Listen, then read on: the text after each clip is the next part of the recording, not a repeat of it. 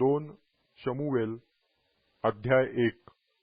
शौलाच्या मृत्यूनंतर व दावीद अमालेक्यांचा संहार करून परत येऊन सिकलाग येथे 2 दिवस राहिल्यावर तिसऱ्या दिवशी छावणीतून शौल होता तेथून एक माणूस आला। त्याने आपले कपडे फाडिले होते व डोक्यात धूळ घातली होती। तो दावीदापाशी येऊन पोहोचल्यावर त्याने त्यास साष्टांग दंडवत घातले। दावीदाने त्याला विचारले, तू कोठून आलास? तो त्यास म्हणाला, मी इस्रायलाच्या छावणीतून निभावून आलो आहे।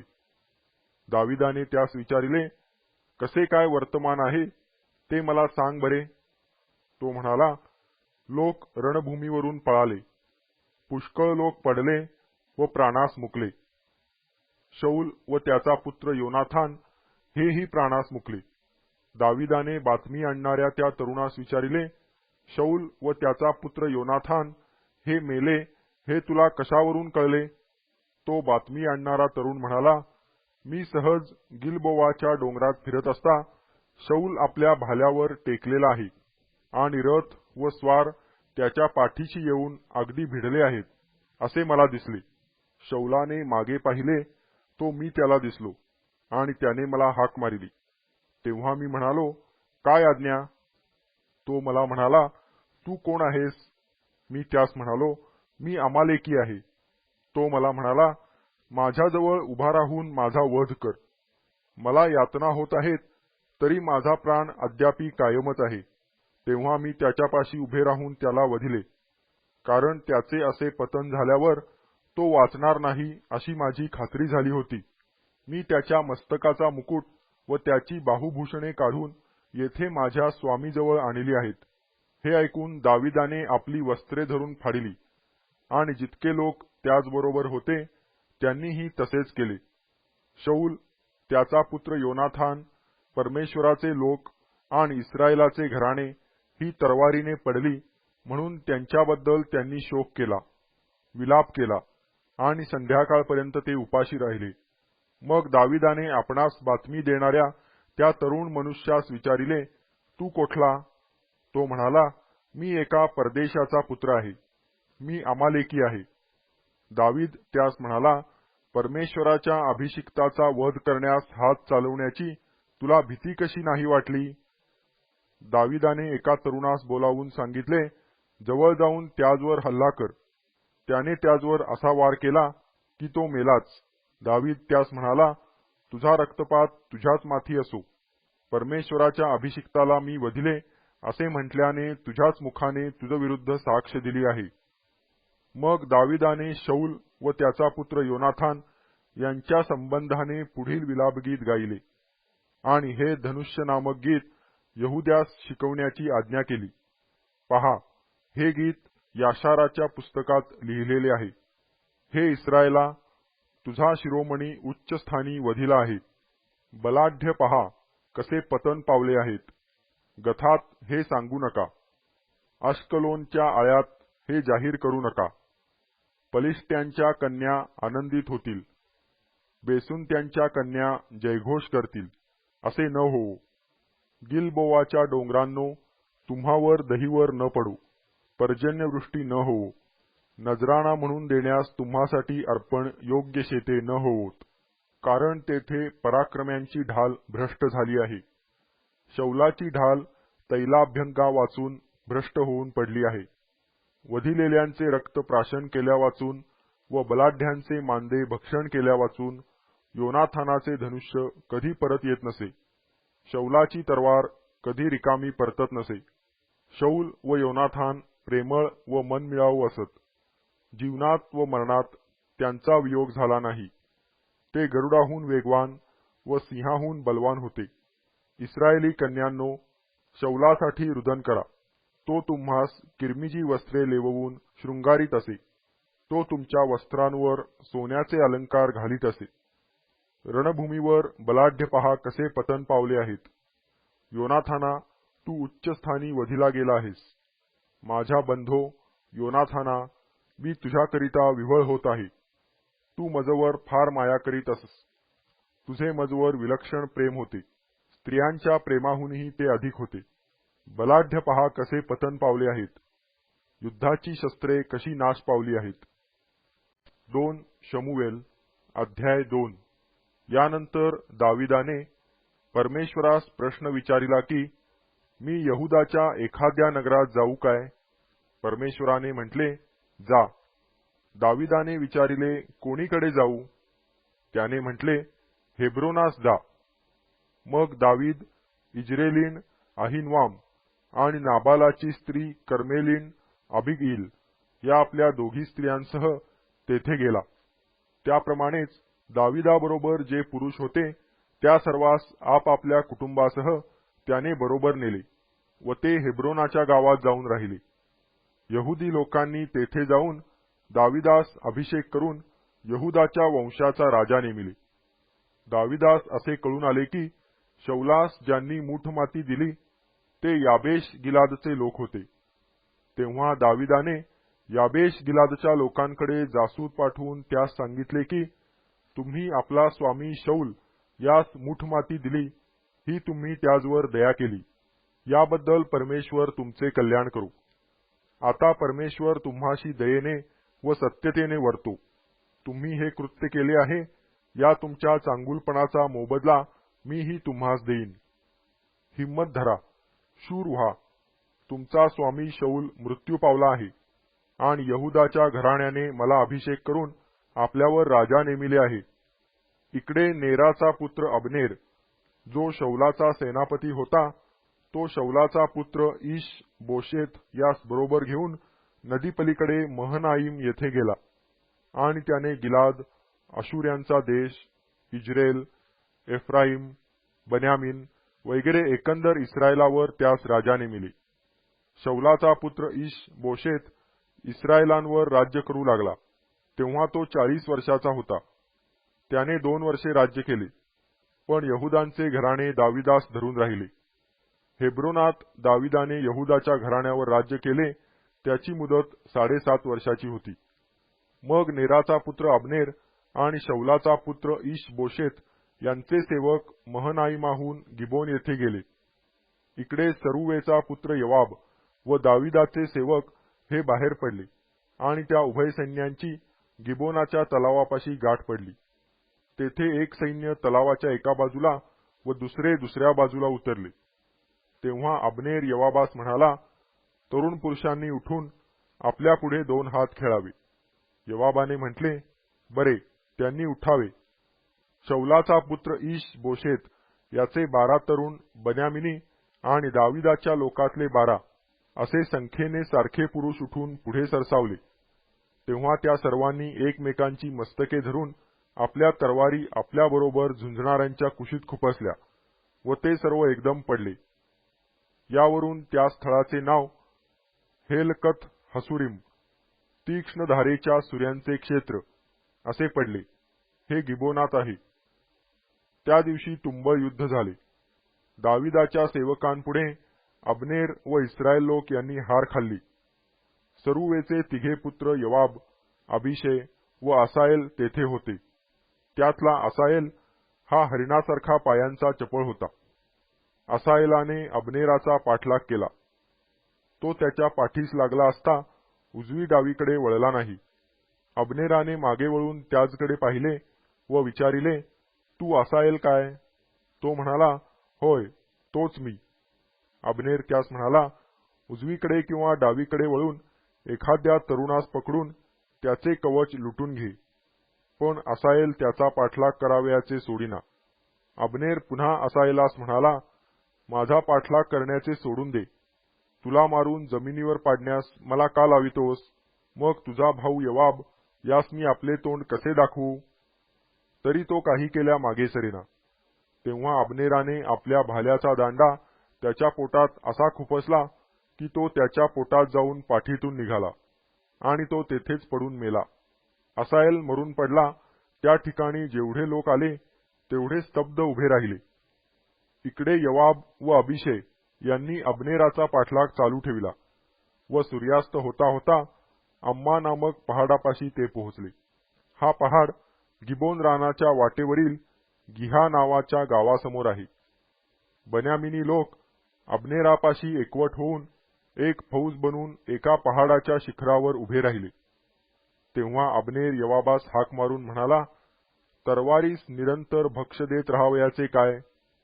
याचा अंती परिणाम दुःखदायक होणार हे तुला ठाऊक नाही काय? आपल्या भाऊबंदांच्या पाठीस लागण्याचे सोडून द्या, अशी आज्ञा तू आपल्या लोकास कोठवर करणार नाहीस? योवाब म्हणाला, देवाच्या जीविताची शपथ, तू बोलला नसतास तर खात्रीने लोक सकाळी निघून गेले असते व ते आपल्या बांधवांच्या पाठीस लागले नसते. मग योवाबाने रणशिंग फुंकिले. तेव्हा सर्व लोक थांबले व त्यानंतर त्यांनी इस्रायलांचा पाठलाग केला नाही किंवा त्यांच्याशी लढाई केली नाही.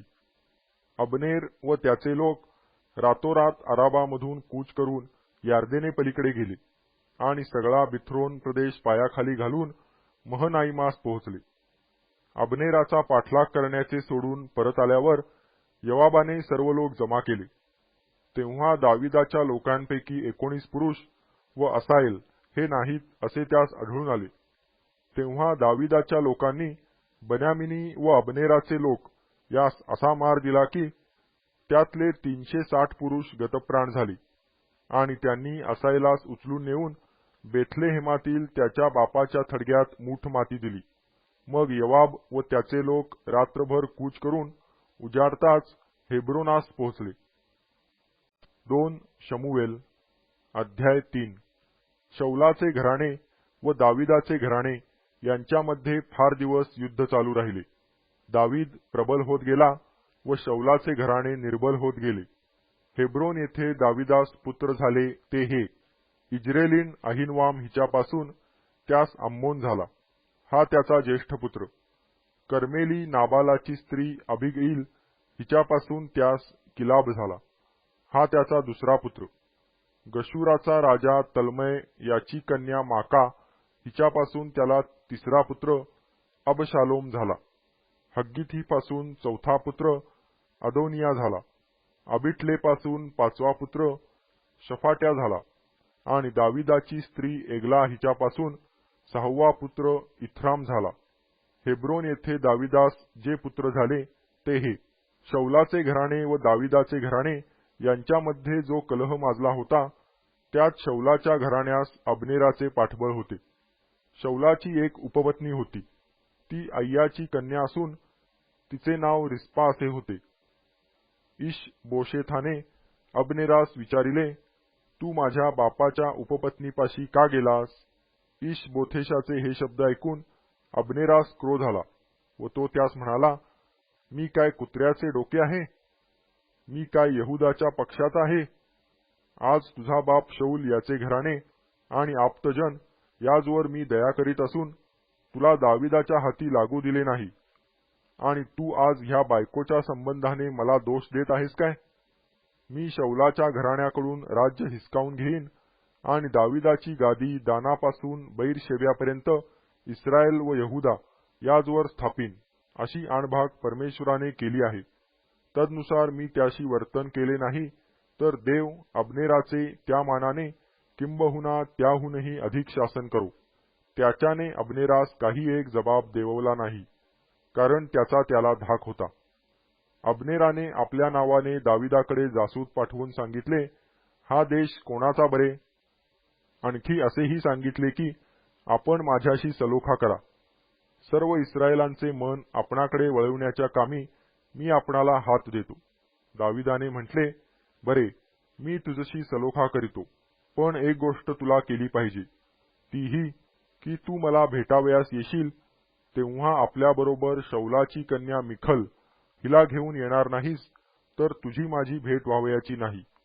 दाविदाने शौलाचा पुत्र इश-बोशेत याजकडे जासूत पाठवून सांगितले की माझी स्त्री मिखल, जी मी 100 पलिष्ट्यांच्या अग्रत्वचा देऊन घेतली, तिला मजकडे पाठवून दे. इश-बोशेथाने लोक पाठवून तिचा नवरा लईशाचा पुत्र पालटिएल त्याच्यापासून तिला आणले. तिचा नवरा तिच्याबरोबर गेला. तो बहुरिमापर्यंत तिच्यापासून रडत गेला. तेव्हा अब्नेर त्यास म्हणाला, परत जा. मग तो माघारा गेला. मग अब्नेराने इस्रायलांच्या वडीलजनांशी बोलणे लाविले की दाविदाने आपल्यावर राज्य करावे अशी तुमची गतकाळी इच्छा होती, तर आता ती पूर्ण करा.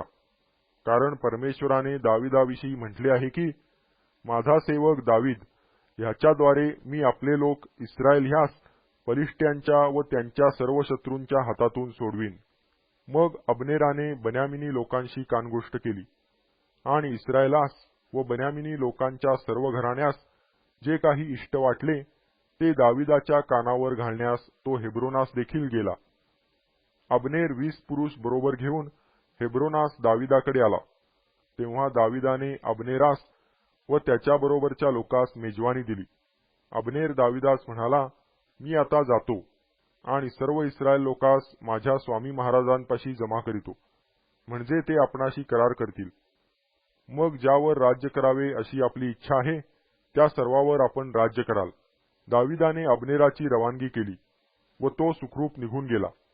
इकडे दाविदाचे लोक यवाबाबरोबर लुटीच्या स्वारीवरून परत आले. त्यांनी मोठी लूट आणली. त्यासमयी अब्नेर दाविदाजवळ हेब्रोन येथे नव्हता, कारण त्याने त्यास निरोप दिला असून तो सुखरूप निघून गेला होता. यवाब व त्याच्याबरोबरचे सगळे सैन्य परत आले. तेव्हा यवाबास लोकांनी सांगितले की नेराचा पुत्र अब्नेर राजाकडे आला होता. त्याची त्याने रवानगी केली व तो सुखरूप निघून गेला आहे. यवाब राजाजवळ जाऊन म्हणाला, आपण हे काय केले?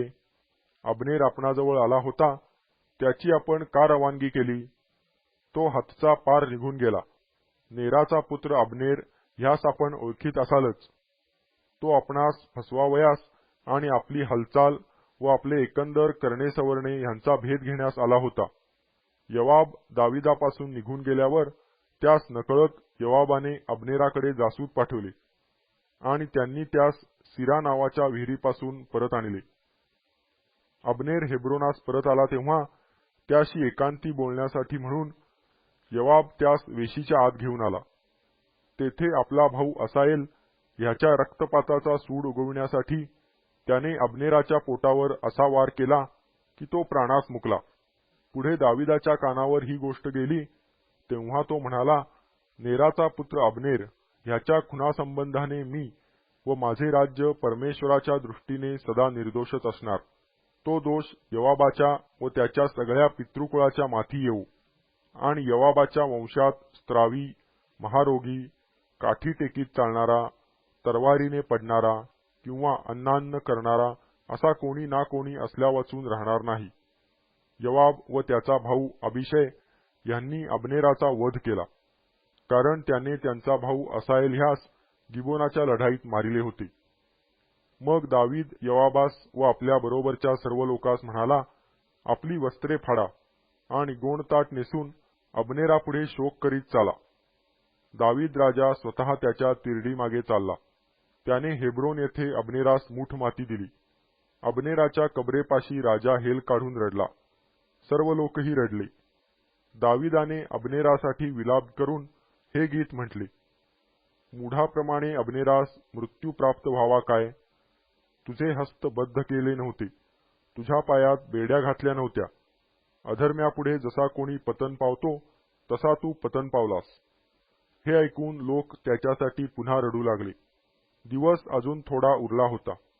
तेव्हा सर्व लोक दाविदाने अन्न खावे म्हणून त्यास आग्रह करण्यास आले. पण दावीद शपथ घेऊन म्हणाला, सूर्यास्तापूर्वी मी भाकर किंवा काही खाल्ले तर देव मला तसेच किंबहुना त्याहूनही अधिक शासन करू. सर्व लोकांच्या हे लक्षात आले व त्यास पसंत वाटले. राजा जे जे करी ते ते सर्व लोकांच्या मनास येई. ह्यावरून सर्व लोकांच्या व सर्व इस्रायल लोकांच्या लक्षात आले की नेराचा पुत्र अब्नेर याचा वध राजाकडून झाला नाही. राजा आपल्या सेवकास म्हणाला, आज इस्रायलातला एक सरदार, एक मोठा पुरुष पडला, हे तुम्हाला कळत नाही काय? मी एवढा अभिषिक्त राजा आहे तरी आज निर्बल आहे व हे सरुवेचे पुत्र मला फार भारी आहेत. पण परमेश्वर दुष्कर्म करणाऱ्यांचे त्यांच्या दुष्कर्मानुसार पारिपत्य करो. 2 शमूएल अध्याय 4. अब्नेर हेब्रोन येथे मारला गेला हे शौलाच्या पुत्राने ऐकले तेव्हा त्याचे हात दुर्बल झाले व सर्व इस्रायल लोक घाबरे झाले. शौलाच्या पुत्राजवळ दोघे पुरुष सेनानायक होते. एकाचे नाव बाना व दुसऱ्याचे नाव रेखाब. हे बन्यामिनी वंशातला रिम्मोन बैरोतकर ह्याचे पुत्र. बैरोत हे नगरही बन्यामिन्यांच्या प्रांतात मोडत आहे. बैरोतकर गित्तइमास पळून गेले व आजपर्यंत तेथे उपरी म्हणून राहिले आहेत. शौलाचा पुत्र योनाथान ह्याचा एक पुत्र होता. तो पायाने लंगडा होता. इज्रेल येथून शौल व योनाथान यांच्याविषयीचे वर्तमान आले तेव्हा तो 5 वर्षाचा होता. त्यावेळी त्याची दाई त्याला घेऊन पळाली. ती घाईने पळत असता तो खाली पडून लंगडा झाला. त्याचे नाव मफीबोशेत असे होते. दुपारी उन्हाच्या वेळी ईश-बोशेत आराम करीत असता रिम्मोन बैरोतकर ह्याचे पुत्र रेखाब व बाना हे त्याच्या घरात घुसले. गहू आणण्याच्या मिशाने घरात शिरून त्यांनी त्याच्या पोटावर वार केला. मग रेखाब व त्याचा भाऊ बाना हे निसटून गेले. ते घरात शिरले तेव्हा तो आपल्या शय्यागृहात पलंगावर निजला होता. तेथे त्यांनी त्याजवर प्रहार करून त्याचा वध केला व त्याचे शीर कापून घेऊन ते रातोरात आराबाच्या वाटेने गेले. त्यांनी ईश-बोशेथाचे शीर हेब्रोनात दाविदाकडे आणले. ते राजास म्हणाले, पहा, आपला शत्रू व आपला प्राण घेऊ पाहणारा शौलाचा पुत्र ईश-बोशेत ह्याचे हे शीर आहे. आज परमेश्वराने माझ्या स्वामी महाराजांप्रित्यर्थ शौल व त्याचा वंश ह्यांचा सूड उगविला आहे. दाविदाने बैरोतकर रिम्मोन ह्याचे पुत्र रेखाब व त्याचा भाऊ बाना यास उत्तर दिले की, ज्या परमेश्वराने सर्व संकटातून माझा जीव वाचविला त्याच्या जीविताची शपथ, आपण चांगले वर्तमान आणले आहे अशा समजुतीने एकाने मला शौलाच्या मरणाची बातमी दिली. तेव्हा मी सिकलाग येथे त्यास धरून वधिले. बातमी आणल्याचे हे बक्षीस मी त्यास दिले. तर आता दुष्ट मनुष्यांनी एका निर्दोष मनुष्याचा त्याच्या घरात त्याच्या पलंगावर वध केला आहे. त्याच्या खुनाचा मोबदला घेण्यासाठी तुम्हास या भूतलावरून नष्ट करावे हे कितीतरी विशेष आवश्यक आहे, नाही काय? दाविदाने आपल्या तरुण लोकास आज्ञा केल्यावरून त्यांनी त्यांचा वध केला आणि त्यांचे हातपाय तोडून त्यास हेब्रोनाच्या तळ्यापाशी टांगिले. ईश-बोशेथाचे शीर नेऊन हेब्रोनात अबनेराच्या कबरेत पुरिले. 2 शमूएल अध्याय 5. मग इस्रायलाचे सर्व वंश हेब्रोनात दाविदाकडे येऊन म्हणाले, पहा, आम्ही आपल्या हाडामांसाचे आहोत.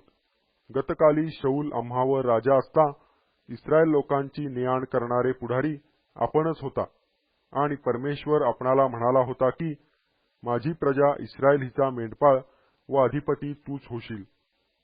या प्रकारे इस्रायलांचे सर्व वडीलजन हेब्रोनात राजाकडे आले आणि दावीद राजाने त्यांच्याशी हेब्रोनात परमेश्वरासमोर करार केला आणि त्यांनी दाविदाला अभिषेक करून इस्रायलांवर राजा नेमिले.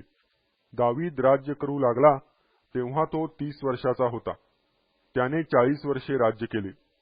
7.5 वर्षे त्याने हेब्रोनात यहुदावर राज्य केले आणि 33 वर्षे यरुशलेमेत सर्व इस्रायल व यहुदा यांच्यावर राज्य केले.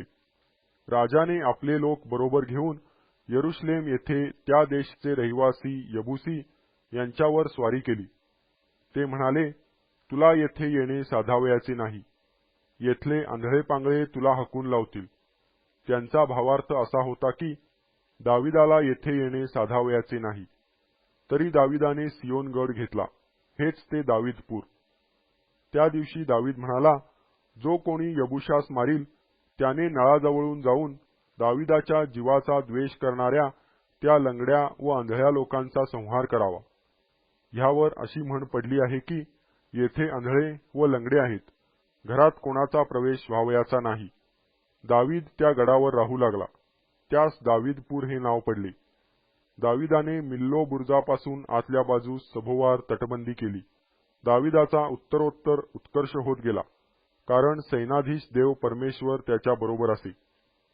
सोरेचा राजा हिराम ह्याने दाविदाकडे जासूद पाठविले. त्याने आणखी गंधसरूचे लाकूड, सुतार व गवंडी पाठविले. त्यांनी दाविदासाठी मंदिर बांधिले. परमेश्वराने इस्रायलांवरील आपले राज्य स्थिर केले आहे आणि आपल्या इस्रायली प्रजेप्रित्यर्थ आपल्या राज्याची उन्नती केली आहे हे दाविदाच्या ध्यानात आले. मग दावीद हेब्रोनाहून आला तेव्हा यरुशलेमेतून काही उपपत्नी व पत्नी आणखी केल्या. दाविदास आणखी पुत्र व कन्या झाल्या. यरुशलेमेत त्यास पुत्र झाले, त्यांची नावे ही शम्मुआ, शोबाब, नाथान, शल्मोन, इभार, अलिशवा, नेफग, याफीय, अलिशामा, एल्यादा व अलीफलेट. दाविदाला अभिषेक करून इस्रायलाचा राजा केले आहे हे ऐकून सर्व पलिष्टी दाविदाच्या शोधास निघाले. हे कानी येताच दावीद खाली आपल्या घडीत गेला. पलिष्टी येऊन रेफाईम खोऱ्यात पसरले. दाविदाने परमेश्वरास प्रश्न केला, मी पलिष्ट्यांवर चढाई करू काय? तू त्यास माझ्या हाती देशील काय? परमेश्वराने दाविदास म्हटले, चढाई कर, मी खात्रीने पलिष्ट्यास तुझ्या हाती देतो. मग दावीद बाल परासीम येथे आला. तेथे दाविदाने त्यांचा संहार केला. तो म्हणाला, परमेश्वर माझ्या पुढे चालून पाण्याच्या लोंढ्याप्रमाणे माझ्या शत्रूंवर तुटून पडला. ह्यावरून त्या ठिकाणाचे नाव बाल परासीम, तुटून पडण्याचे ठिकाण, असे पडले. फलिष्टी तेथे आपल्या मूर्ती टाकून गेले. त्या दाविदाने व त्याच्या लोकांनी नेल्या. मग पुनरपी फलिष्टी चढाई करून येऊन रेफाईम खोऱ्यात पसरले. मग दाविदाने परमेश्वरास प्रश्न केला असता त्याने सांगितले, त्याचशी सामना करू नको, तर वळसा घेऊन त्यांच्या पिछाडीस जा आणि तुतीच्या झाडासमोरून त्यांच्यावर छापा घाल. तुतीच्या झाडांच्या शेंड्यामधून सेना कूच करीत आहे, असा आवाज तुझ्या कानी पडताच उठावणी कर.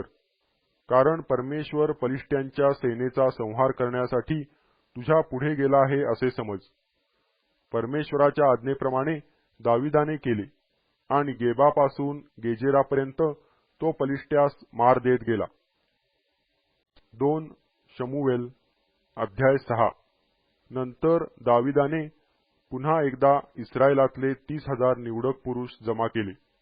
यहुदातील बाला येथून देवाचा कोष आणावा म्हणून दावीद आपल्या जवळच्या सगळ्या लोकांस घेऊन गेला. करूबारूढ असलेला सेनाधीश परमेश्वर ह्याच्या नामाचा हा कोष. त्यांनी देवाचा कोष एका नव्या गाडीत ठेवून टेकडीवरील अबिनादाबाच्या घरातून बाहेर काढिला. अबिनादाबाचे पुत्र उज्जा व अह्यो हे दोघे ती नवी गाडी हाकीत होते. त्यांनी देवाच्या कोशासहित ती गाडी टेकडीवरील अबिनादाबाच्या घरातून बाहेर काढिली. अह्यो हा कोशापुढे चालत होता. दावीद व इस्रायल घराण्याचे सर्व लोक देवदारूच्या लाकडाची नानाविध वाद्ये आणि वीणा, सारंगी, डफ, डमरू व झांजा परमेश्वरापुढे वाजवीत चालले. नाखोनाच्या खळ्यापाशी ते आले तेव्हा बैलाने ठोकर खाल्ली म्हणून उज्जाने कोश हात लांब करून धरिला. तेव्हा परमेश्वराचा कोप उज्जावर भडकला. त्याच्या ह्या चुकीमुळे परमेश्वराने त्यास ताडण केले व तो तेथल्या तेथे देवाच्या कोशापाशी गतप्राण झाला. परमेश्वराने उज्जाला तडाखा दिला म्हणून दावीद फार खिन्न झाला. त्याने त्या ठिकाणाचे नाव पेरेस उज्जा, उज्जा हनन ठेविले. ते नाव आजवर चालत आहे.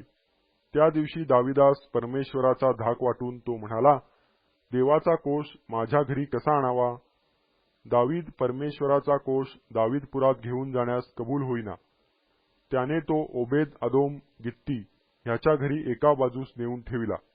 परमेश्वराचा कोष ओबेद अदोम गित्ती ह्याच्या घरी 3 महिने राहिला. आणि परमेश्वराने ओबेद अदोम व त्याचे सर्व घराणे ह्यास बरकत दिली. परमेश्वराने ओबेद अदोम ह्याच्या घराण्यास व त्याच्या सर्वस्वास बरकत दिली असे दावीद राजास कोणी सांगितले. तेव्हा दाविदाने जाऊन देवाचा कोष ओबेद अदोमाच्या घरून दावीदपुरास मोठ्या आनंदाने आणला. परमेश्वराचा कोष उचलणारे 6 पावले चालून गेले तेव्हा दाविदाने 1 बैल व 1 पुष्ट घोडा यांचा यज्ञ केला. दावीद सणाचे एफोद कमरेस वेष्टून परमेश्वरासमोर आवेशाने नृत्य करीत चालला. दाविदाने व सर्व इस्रायल लोकांनी परमेश्वराचा कोष जय जयकार करीत व शिंगे फुंकीत वर आणला. परमेश्वराचा कोष दावीदपुरात येत असता शौलाची कन्या मिखल हिने खिडकीतून डोकावून दावीद राजा परमेश्वरापुढे नाचत बागडत आहे हे पाहिले. तेव्हा तिच्या मनाला त्याचा वीट आला. लोक परमेश्वराचा कोष नगरात घेऊन आले व त्याच्या स्थानी म्हणजे जो तंबू दाविदाने त्याच्यासाठी उभा केला होता त्यात त्यांनी तो ठेविला। तेव्हा दाविदाने परमेश्वरास होमबली व शांत्यर्पणे अर्पिली। होमबली व शांत्यर्पणे केल्यावर दाविदाने सेनाधीश परमेश्वर याच्या नामाने लोकास आशीर्वाद दिला। मग त्याने सर्व प्रजेस म्हणजे इस्रायलाच्या समुदायातील प्रत्येक स्त्री पुरुषास एक एक भाकर, मांसाचा एक एक तुकडा, किसमिसांची एक एक ढेप अशी वाटून दिली। मग सर्व लोक घरोघर गेले। आपल्या घराण्यातील लोकास आशीर्वाद द्यावयासाठी दावीद परत आला। तेव्हा शौलाची कन्या मिखल दाविदास भेटाव्यास बाहेर आली व त्यास म्हणू लागली, एखादा हलकट मनुष्य उघडा बोडका होतो तसे आज इस्रायलाच्या महाराजांनी आपले दास व दासी यांच्यासमोर आपले शरीर उघडे केले। तेव्हा इस्रायलाचे महाराज आज किती वैभवशाली दिसले। दावीद मिखलेस म्हणाला, ज्या परमेश्वराने तुझा बाप व त्याचे सर्व घराणे यांच्याऐवजी मला निवडून आपली प्रजा इस्रायल हिच्यावर अधिपती नेमले, त्या परमेश्वरासमोर मी नाचलो आणि परमेश्वरासमोर मी नाचणारच। मी याहूनही तुच्छ बनेन, मी स्वतःच्या दृष्टीने हीन होईल, पण ज्यास तू दासी म्हणतेस त्या माझा आदरगौरव करीतील। शौलाची कन्या मिखल हिला मरेपर्यंत काही अपत्य झाले नाही। 2 शमूएल अध्याय 7। राजा आपल्या मंदिरात राहू लागला आणि परमेश्वराने त्यास त्याच्या चोहोकडल्या शत्रूपासून विसावा दिला। तेव्हा राजा नाथान नामक संदेष्ट्यास म्हणाला, पहा, मी गंधसरूच्या मंदिरात राहत आहे, पण देवाचा कोष कनाथीच्या आत राहत आहे। नाथान राजास म्हणाला, तुझ्या मनात जे काही असेल ते कर, कारण परमेश्वर तुझ्या बरोबर आहे। त्याच रात्री परमेश्वराचे वचन नाथानाला प्राप्त झाले ते असे, जा, माझा सेवक दावीद ह्यास सांग, परमेश्वर म्हणतो, तू माझ्या निवासासाठी मंदिर बांधणार काय? मी इस्रायल लोकास मिसर देशातून बाहेर काढिले, त्या दिवसापासून आजपर्यंत माझा निवास कधी मंदिरात झाला नाही। डेऱ्यातून व मंडपातून मी भ्रमण करीत आहे। मी इस्रायल लोकांसह जिकडे जिकडे भ्रमण करीत फिरलो, तिकडे तिकडे ज्या कोणा इस्रायल वंशाला इस्रायल लोकांची जोपासना करण्याविषयी मी आज्ञा करीत असे, त्यास तुम्ही मजसाठी गंधसरूचे मंदिर का बांधिले नाही, असा एक शब्द तरी मी कधी बोललो आहे काय? तर आता माझा सेवक दावीद यास सांग, सेनाधीश परमेश्वर म्हणतो, तू माझ्या प्रजेचा इस्रायलांचा अधिपती व्हावे म्हणून मी तुला मेंढवाड्यातून मेंढरांच्या मागे फिरत असता आणले। जिकडे तू गेलास तिकडे मी तुझ्या बरोबर राहिलो आणि तुझ्या सर्व शत्रूंचा तुझ पुढून उच्छेद केला। पृथ्वीवर जे पुरुष आजपर्यंत झाले आहेत त्यांच्या नावाप्रमाणे तुझे नाव मी थोर करीन। मी आपल्या इस्रायल लोकांसाठी एक स्थान नेमून देईन। मी तेथे त्यास रुजवीन, म्हणजे ते आपल्या स्थानी वस्ती करून राहतील व ते तेथून पुढे कधी ढळणार नाहीत। इस्रायल लोकांवर मी शास्ते नेमिले होते, त्यांच्या काळापासून जसे दुर्जन त्यास त्रस्त करीत होते तसे ते ह्यापुढे करणार नाहीत। तुला मी शत्रूपासून विसावा दिला आहे। परमेश्वर तुला म्हणत आहे की मी तुझे घराणे कायमचे स्थापिन। तुझे दिवस पुरे झाले आणि तू जाऊन आपल्या पितरांबरोबर निजलास, म्हणजे तुझ्या पोटच्या वंशजास तुझ्या मागून स्थापून त्याचे राज्य स्थिर करीन। तो माझ्या नामाप्रित्यर्थ मंदिर बांधील, मी त्याचे राजासन कायमचे स्थापिन। मी त्याचा पिता होईन व तो माझा पुत्र होईल। त्याने अधर्म केल्यास मनुष्य जशी दंडाने व मानवपुत्र जशी फटक्यांनी शिक्षा करीतात तशी मी त्यास शिक्षा करीन। पण तुझ्यापुढून घालवून दिलेल्या शौलावरची कृपादृष्टी मी दूर केली तशी त्याच्यावरची माझी कृपादृष्टी दूर होणार नाही। तुझे घराणे व तुझे राज्य ही तुझपुढे अढळ राहतील। तुझी गादी कायमची स्थापित होईल। ही सर्व वचने व दर्शने जशाची तशी नाथानाने दाविदास कळविली। मग दावीद राजा आज जाऊन परमेश्वरासमोर बसून म्हणाला, हे प्रभो देवा, मी कोण व माझे घराणे काय की तू मला येथवर आणावे? हे प्रभो परमेश्वरा, तुझ्या दृष्टीने ही केवळ लहान गोष्ट आहे। तू आपल्या सेवकाच्या घराण्यासंबंधाने पुढील बऱ्याच काळाचे सांगून ठेविले आहे। प्रभो परमेश्वरा, हे सर्व तू मानवी व्यवहारासारखे केले आहेस।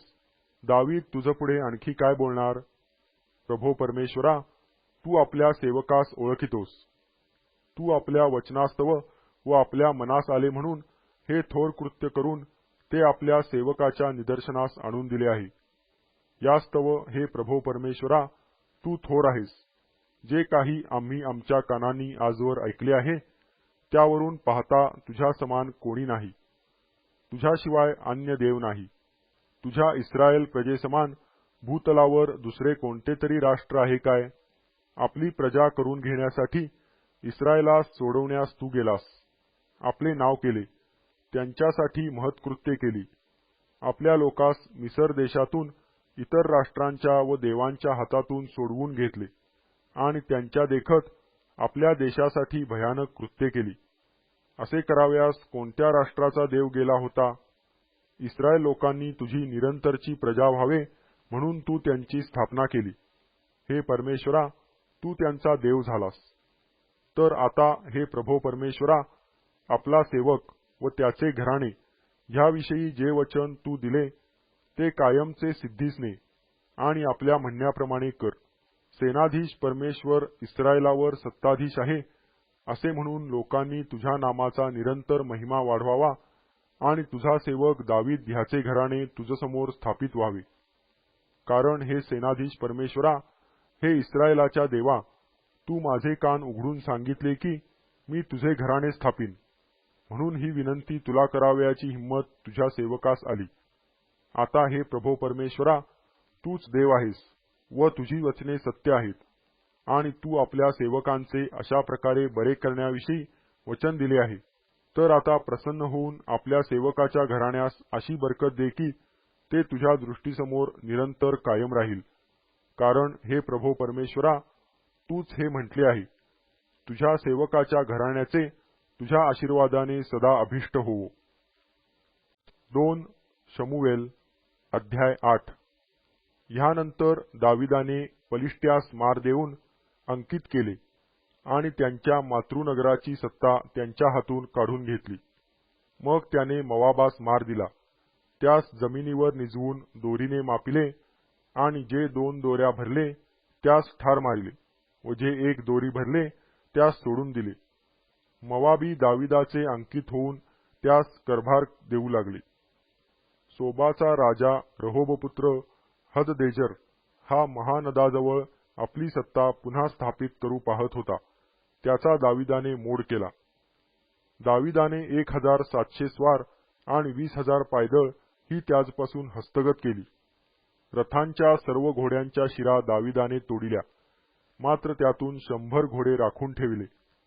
दिमिश्क येथील आरामी लोक सोबाचा राजा हददेजर ह्याची कुमक कराव्यास आले तेव्हा दाविदाने त्यातल्या 22,000 लोकांचा संहार केला. मग दाविदाने दिमिश्काच्या आसमंतातील आराम प्रांतात ठाणी बसविली. आरामी दाविदाचे अंकित होऊन त्यास करभार देऊ लागले. जिकडे जिकडे दावीद जाई तिकडे तिकडे परमेश्वर त्यास यश देई. हददेजर राजाच्या सेवकांजवळ सोन्याच्या ढाली होत्या, त्या दाविदाने घेऊन यरुशलेमेस आणल्या. हददेजर ह्याची बेटा व बेरोथा ही नगरे होती. तेथून दावीद राजाने पुष्कळ पितळ आणले. दाविदाने हददेजराची सारी सेना मारिली. हे हमाथाचा राजा तोई ह्याच्या कानावर गेले. दाविदाने हददेजराशी युद्ध करून त्याचा मोड केला होता, म्हणून तोई राजाने दावीद राजाचे क्षेमकुशल विचारण्यास व त्याचे अभिनंदन करण्यास आपला पुत्र योराम ह्याला त्याचकडे पाठविले. कारण हददेजर व तोई ह्यांच्या लढाया होत असत. योरामाने आपल्याबरोबर चांदीची, सोन्याची व पितळेची पात्रे आणली. सर्व जिंकलेल्या राष्ट्रातून लुटून आणलेल्या चांदी सोन्याबरोबर ही पात्रे दावीद राजाने परमेश्वराला समर्पिली. आरामी, मोवाबी, अम्मोनी, पलिष्टी, अमालेकी आणि सोबाचा राजा रहोबपुत्र हददेजर ह्या सर्वापासून मिळवलेली ही लूट होती. दावीद क्षार खोऱ्यात 18,000 आराम्यास मारून परत आला तेव्हा त्याचे नाव झाले. त्याने अदोमात शिपायांची ठाणी बसविली. अदोमाच्या सर्व प्रांतात त्याने ठाणी बसविली व सर्व अदोमी लोक दाविदाचे अंकित झाले. दावीद जेथे गेला तेथे परमेश्वराने त्यास यश दिले. दाविदाने सर्व इस्रायलावर राज्य केले. तो आपल्या सर्व प्रजेशी न्यायाने व धर्माने वर्ते. त्याचा मुख्य सेनापती सरुवेचा पुत्र योआब हा होता व त्याचा अखबार नवीस अहिलुदाचा पुत्र यहोशाफाट हा होता. अहिटुबाचा पुत्र सादोक आणि अब्याथाराचा पुत्र अहिमलेक हे याजक होते आणि सराया हा चिटणवीस होता. करेथी व पलेथी यांच्यावर यहोयादाचा पुत्र बनाया होता. दाविदाचे पुत्र मंत्री होते. 2 शमूएल अध्याय 9. योनाथानाकरिता ज्यावर आपण दया करावी असा कोणी शौलाच्या घराण्यातला अजून उरला आहे काय, अशी चौकशी दाविदाने केली. शौलाच्या घराण्याचा सिबा नामक एक सेवक होता. त्यास दाविदाकडे बोलावून आणण्यात आले. राजाने त्यास विचारिले, तू सिबा आहेस काय? त्याने म्हटले, मीच तो आपला दास. राजाने विचारिले, ज्यावर देवाप्रित्यर्थ मी दया करावी असा कोणी शौलाच्या घराण्यात अजून आहे काय? सिबा राजास म्हणाला, योनाथानाचा एक पुत्र अजून आहे, तो पायांनी लंगडा आहे. राजाने त्यास विचारिले, तो कोठे आहे? सिबाने राजास म्हटले, पहा, तो लो दबार येथे माखीर बिन अम्मिएल ह्याच्या घरी असतो. तेव्हा दावीद राजाने माणूस पाठवून त्यास लो दबाराहून माखीर बिन अम्मिएल ह्याच्या घरून बोलावून आणले. मफीबोशेत बिन योनाथान बिन शौल ह्याने येऊन दाविदास भूमीपर्यंत लवून दंडवत घातले. दावीद म्हणाला, मफीबोशेथा? तो म्हणाला, आपला दास हजर आहे. दावीद त्यास म्हणाला, भिवू नको. तुझा बाप योनाथान ह्याच्याकरिता मी तुझवर अवश्य दया करीन. तुझा बाप शौल याची सर्व जमीन तुला परत देईन आणि तू नित्य माझ्या पंक्तीस भोजन करावे. तो प्रणाम करून म्हणाला, आपण अशा मजसारख्या मेलेल्या कुत्र्यावर कृपादृष्टी करावी असा आपला दास कोण आहे? मग राजाने शौलाचा सेवक सिबा ह्यास बोलावून सांगितले, जे काही शौलाचे व त्याच्या घराण्याचे होते ते सर्व मी तुझ्या धन्याच्या पुत्रास देतो. तर तू आपले पुत्र व चाकर ह्यासह त्याच्या जमिनीची लागवड कर. तुझ्या धन्याच्या पुत्राच्या निर्वाहासाठी शेताचे उत्पन्न आणीत जा. पण तुझ्या धन्याचा पुत्र मफीबोशेत माझ्या पंक्तीस नित्य भोजन करील. सिबाचे 15 पुत्र व 20 चाकर होते. सिबा राजास म्हणाला, माझे स्वामी राजे ह्यांनी आपल्या दासास केलेल्या आज्ञेप्रमाणे सर्व काही आपला दास करील. ह्याप्रमाणे मफीबोशेत इतर राजपुत्रांप्रमाणे दाविदाच्या पंक्तीस नित्य भोजन करीत असे. मफीबोशेथास मिखा नावाचा एक लहान पुत्र होता. सिबाच्या घरी राहणारे सर्वजण मफीबोशेथाचे चाकर होते. मफीबोशेत यरुशलेमेत राहिला, कारण तो राजाच्या पंक्तीस नित्य भोजन करीत असे. तो दोन्ही पायांनी लंगडा होता. 2 शमूएल अध्याय 10. पुढे अम्मोनी लोकांचा राजा मृत्यू पावला व त्याच्या गादीवर त्याचा पुत्र हनून बसला. तेव्हा दाविदाने मनात आणले की हनूनाचा बाप नाहाश याने आपल्यावर दया केली तशीच आपण त्याच्या पुत्रावर दया करावी. म्हणून दाविदाने त्याच्या बापाच्या मृत्यूबद्दल त्याचे समाधान करावयास आपल्या सेवकांच्या हाती त्यास सांत्वनाचा निरोप पाठविला. मग दाविदाचे सेवक अम्मोनी लोकांच्या देशात आले. त्यावेळी अम्मोनी लोकांचे सरदार आपला स्वामी हनून यास म्हणाले की दाविदाने आपले समाधान करण्यास लोक पाठविले आहेत. ते आपल्या बापाविषयीची आदरबुद्धी दर्शवण्याकरिता पाठविले आहेत असे आपल्याला वाटते काय? या नगराची पाहणी व टेहळणी करून त्याचा विध्वंस करावा म्हणून दाविदाने आपले चाकर पाठविले आहेत, नाही काय? तेव्हा हनूनाने दाविदाच्या सेवकास पकडले व त्यांची अर्धी अर्धी दाढी काढवून व त्यांची वस्त्रे मधोमध कुल्ल्यापर्यंत कापून टाकून त्यास लावून दिले. हे वर्तमान ऐकून दाविदाने त्यांची वाटेत गाठ घेण्यास माणसे पाठवली, कारण त्यास मोठी लाज वाटत होती. राजाने त्यास सांगून पाठविले की तुमची दाढी वाढेपर्यंत तुम्ही यरीहो येथे राहा, मग इकडे या. दाविदाला आपली किळस आली आहे असे अम्मोनी लोकांनी पाहिले. तेव्हा त्यांनी बेथ रहोब येथले आरामी व सोबा येथले आरामी मिळून 20,000 पायदळ, माका राजाचे 1,000 शिपाई व तोबाचे 12,000 शिपाई मोल देऊन बोलावले.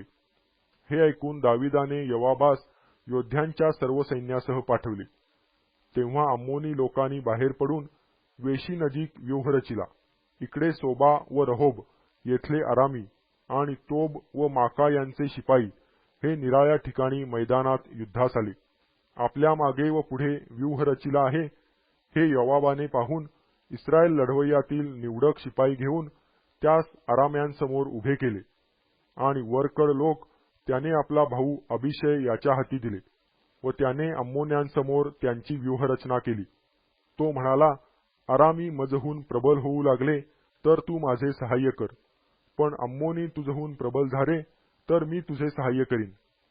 हिम्मत धर, आपण आपल्या लोकांसाठी आणि आपल्या देवाच्या नगरांसाठी लढाईची शिकस्त करू, मग परमेश्वर मर्जीस येईल तसे करू। मग योवाब व त्याच्याबरोबरचे लोक अराम्यांशी युद्ध कराव्यास जवळ गेले, तेव्हा ते त्याच्या पुढून पळून गेले।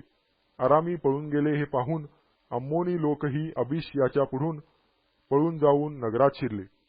तेव्हा योवाब अम्मोन्यांशी लढण्याचे सोडून यरुशलेमेस परत आला। इस्रायलापुढे आपण पराजित झालो असे अरामी लोकांनी पाहिले, तेव्हा ते एकत्र जमा झाले। हदरेजराने जासूद पाठवून महानदापलीकडील अराम्यास आणविले। हदरेजराच्या सैन्याचा सेनापती शोबक याच्या नायकत्वाखाली ते हेलाम येथे आले। हे ऐकून दाविदाने अवघ्या इस्रायलास एकत्र केले व यार्देने पार जाऊन तो हेलामास पोहोचला। तेथे अरामी दाविदाविरुद्ध व्यूह रचून त्याशी लढले। तेव्हा अरामी इस्रायलांपुढून पळून गेले आणि दाविदाने अराम्यांचे 700 रथी व 40,000 राऊत ठार केले आणि त्यांचा सेनापती शोभक यास घायाळ केले। तो तेथेच गतप्राण झाला। इस्रायलांपुढे आपण पराजित झालो हे पाहून हदरेजर राजाचे जितके अंकित होते तितक्यानी इस्रायलांशी सल्ला केला व ते त्यांचे अंकित झाले आणि अम्मोनी लोकास इतप्पर सहाय्य करण्याची अराम्यास धास्ती वाटली।